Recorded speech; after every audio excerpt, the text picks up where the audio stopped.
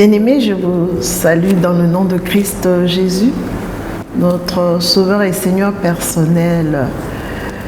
C'est la journée que l'Éternel a faite et je crois qu'elle est pour chacun de nous un sujet de gloire, de grâce et de faveur.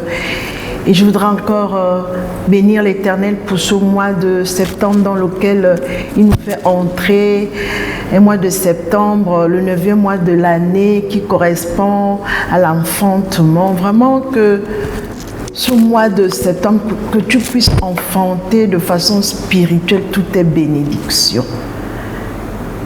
Et que tu puisses en jouir. Que ce soit un mois d'accomplissement, un mois de réalisation dans le nom de Christ Jésus. Amen. C'est pour moi encore un privilège de vous partager ces moments, de vous partager ces instants au travers de cette plateforme d'édification, à travers cette plateforme des ministères Flot d'eau vive dénommée Paraclet. Paraclet n'est que le conseiller qui n'est qu'autre que le Saint-Esprit. Soyez encore les bienvenus et bonne écoute. Bien-aimés, dans cette année d'expansion des ministères Flot d'eau vive, si nous voulons grandir, si nous voulons être forts et puissants, bien-aimés, si nous voulons être des géants spirituels, nous devons avoir faim et soif des Écritures. Nous devons examiner, sonder, scruter, méditer la parole de Dieu. Nous devons, comme le dit l'apôtre Paul aux Colossiens, nous devons nous attacher à cette parole afin qu'elle puisse habiter en nous, afin qu'elle puisse produire le vouloir et le faire. Vraiment, c'est une interpellation à chacun d'entre nous. Le titre de mon partage se trouve dans le livre des Actes. C'est notre livre, notre livre d'études. Et je m'attarderai sur le chapitre 17. Nous lirons les versets 10 à 12. Et mon exhortation se fera uniquement sur le verset 11. Lisons la parole de Dieu dans le livre des Actes, au chapitre 17, à partir du verset 10. Nous lirons les versets 10 à 12. Je lis la parole. Aussitôt les frères partirent de nuit. Aussitôt les frères firent partir de nuit Paul et Silas pour Bérée. Dès leur arrivée, ils entrèrent dans la synagogue des Juifs. Ces derniers avaient des sentiments plus nobles que ceux de Thessalonique. Ils accueillirent la parole avec beaucoup d'empressement et ils examinaient chaque jour les Écritures pour voir si ce qu'on leur disait était vrai. Verset 12. Beaucoup d'entre eux crurent donc, ainsi que parmi les non-juifs, un grand nombre de femmes en vue et d'hommes. Amen. Nous bénissons la parole de Dieu. Bien-aimé, le titre de mon paraclet, c'est « Examine les Écritures ». Examine les Écritures. Vous conviendrez avec moi qu'à la lecture de ces quelques versets, contrairement aux Juifs, les chrétiens de Bérée, nous dit la parole, avaient pour habitude, avaient pour comportement, avaient pour attitude de lire la parole au quotidien, de la lire, de l'étudier, de la sonder, de la méditer. Alléluia. Pour ces chrétiens de Bérée, je crois que la parole était la norme et l'autorité suprême de leur vie. Que les Écritures étaient la seule autorité. Que les Écritures étaient la seule et unique référence Les Écritures étaient le fondement de leur pensée. Qu'il en soit de même pour chacun de nous. Oui, bien-aimés, la vérité, la parole est la seule vérité. La parole de Dieu est la seule source d'instruction. La parole de Dieu, bien-aimé, est le bien le plus important de l'homme. Loin devant les besoins physiques ou les besoins estomacaux, comme aime le dire le révérend Jean-Marie. Le bien-être tant physique que spirituel de l'homme dépend de sa relation avec Dieu et de l'obéissance à sa parole. C'est pourquoi le Seigneur pouvait dire dans l'évangile de Jean au chapitre 4, au verset 34, c'est Jésus qui parle, qui déclare « Ma nourriture est de faire la volonté de celui qui m'a envoyé et d'accomplir son œuvre. » Alléluia.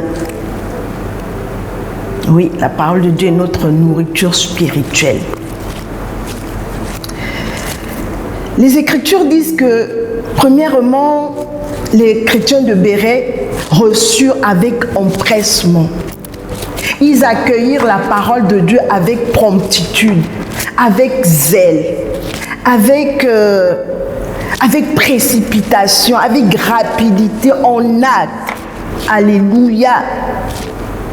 La parole que Pierre leur apportait, vraiment les cœurs étaient disposés, les cœurs étaient ouverts. Il y avait cette soif, ce désir ardent de connaître, de comprendre.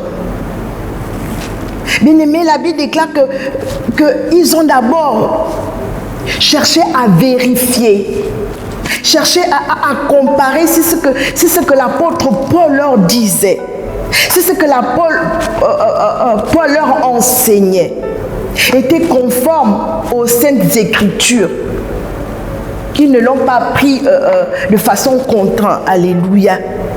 Bien-aimés, je voudrais nous exhorter en nous disant que l'époque dans laquelle nous sommes, une époque qui est en proie à la perte des valeurs, une époque en proie au relativisme, que la parole de Dieu reste notre fondement.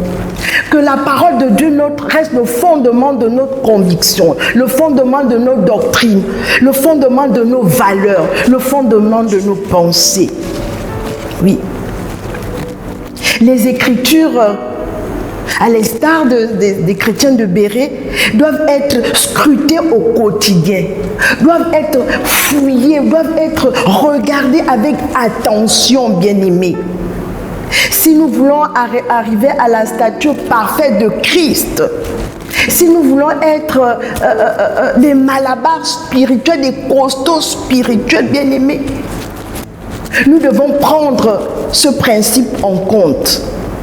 Oui, la recherche constante des Écritures est le moyen, c'est le meilleur moyen de grandir spirituellement. C'est le moyen par lequel nous pouvons demeurer, nous pouvons nous enraciner en Christ. La parole de Dieu, bien-aimé, est le fondement d'une nouvelle vie. C'est le moyen de transformer notre ADN spirituel. C'est le moyen par lequel nos valeurs sont transformées, nos priorités, nos motivations. Alléluia, activé par le Saint-Esprit qui nous fait passer de la théorie à la pratique. Deuxièmement, les chrétiens de Béret examinaient chaque jour, ils examinaient la parole. Ils faisaient des recherches. Ils regardaient avec attention. Ils ne se contentaient pas des prédications, des discours de Paul, l'apôtre Paul. Non. Simplement pour nous dire que les chrétiens que nous sommes doivent s'assurer que les enseignements, les prédications, les messages qui nous sont donnés, les messages, les prédications qui sont données par les pasteurs doivent être en harmonie avec les Écritures. Alléluia. Les enseignements que nous recevons, bien-aimés, nous devons avoir l'attitude, ce comportement des chrétiens de Béret. Nous mettre à part, fouiller, chercher, sonder, consulter et demander l'aide au Saint-Esprit pour être dans la vérité. Faire des comparaisons. Aujourd'hui, nous avons tellement de documents pour faire des comparaisons, pour faire des analyses. Alléluia. Bien-aimés, cela sous-entend que après leur recherche, si l'écriture n'était pas validée, parce que Paul disait, il a rejeté, et à contrario, il acceptait, il accueillait. Alléluia. Bien-aimés, la parole de Dieu était leur autorité. Elle était définitive. C'est la parole de Dieu qui avait le dernier mot dans leur vie.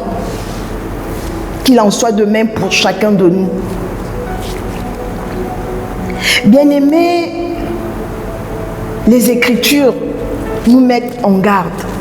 Les Écritures nous avertissent sur les faux docteurs, les faux prophètes. Et c'est dans le livre de Pierre 2 qui parle de ces faux prophètes, de ces faux docteurs qui introduisent sournoisement des sectes pernicieuses, des doctrines de serpents. Bien-aimés, nous sommes dans les derniers temps. Si nous ne prenons pas la peine d'avoir cette attitude-là, celle des chrétiens de Béret, bien-aimés, nous irons à la perte. Nous risquerons d'être détournés. Alléluia, oui. C'est pourquoi en tant que chrétien, en tant qu'un fils du royaume, il est plus qu'indispensable de sonder les Écritures. Même si c'est la parole de ton pasteur préféré, même si c'est même si c'est la parole d'un homme de Dieu que tu aimes beaucoup, bien-aimé, prends le temps de te mettre à part. Prends le temps de regarder en profondeur, de regarder entre les lignes ce qui t'est prêché. Alléluia. Celui qui n'examine pas les Écritures peut s'attendre à être ballotté à tout vent de doctrine, peut s'attendre à sortir du plan parfait de Dieu. Aujourd'hui, les chrétiens ont cette paresse spirituelle. Les chrétiens que nous sommes, nous courons après les prophéties, après les prophètes. Nous ne prenons pas le temps de nous mettre à part. Nous ne prenons pas le temps de jeûner, de consulter le Saint-Esprit. Moi, je vous encourage, bien-aimés, à sortir de ces comportements qui n'honorent pas notre Dieu. À ces comportements de paresse. Alléluia. Que l'Éternel nous aide au travers de son Esprit Saint. Au travers de ces quelques lignes que nous avons parcourues, Paul nous exhorte à la lecture, à la méditation. L'apôtre Paul nous exhorte à l'étude absolue de la parole de Dieu, pour un renouvellement de l'intelligence, pour un discernement, pour un esprit bien aiguisé. C'est la parole de Dieu qui nous rend meilleurs. C'est la parole de Dieu qui nous préserve. C'est la parole de Dieu qui nous oriente. La Bible déclare que c'est une lampe à nos pieds, une lumière sur notre sentier. La parole de Dieu, elle est puissante, elle est efficace. Alors prenons le temps de nous asseoir et de faire corps avec cette parole et de l'accueillir, de l'accepter, de la recevoir pour être des hommes et des femmes instruits spirituellement, des hommes et des femmes aguerris spirituellement. La parole de Dieu nous donne de sortir de la légèreté. La parole de Dieu nous donne de sortir du superficiel. Elle nous rend forts, elle nous rend puissants. Vraiment, c'est mon exhortation pour chacun de nous. C'est vrai qu'aujourd'hui, pour ci et pour ça, on trouve des raisons. Mais qu'après ce partage bien-aimé, arrête de trouver des raisons pour ne pas te mettre à part. Vraiment, que l'Éternel nous fasse beaucoup de bien. Que l'Éternel nous remplisse au travers de sa parole. Dans le nom de Christ Jésus. Amen.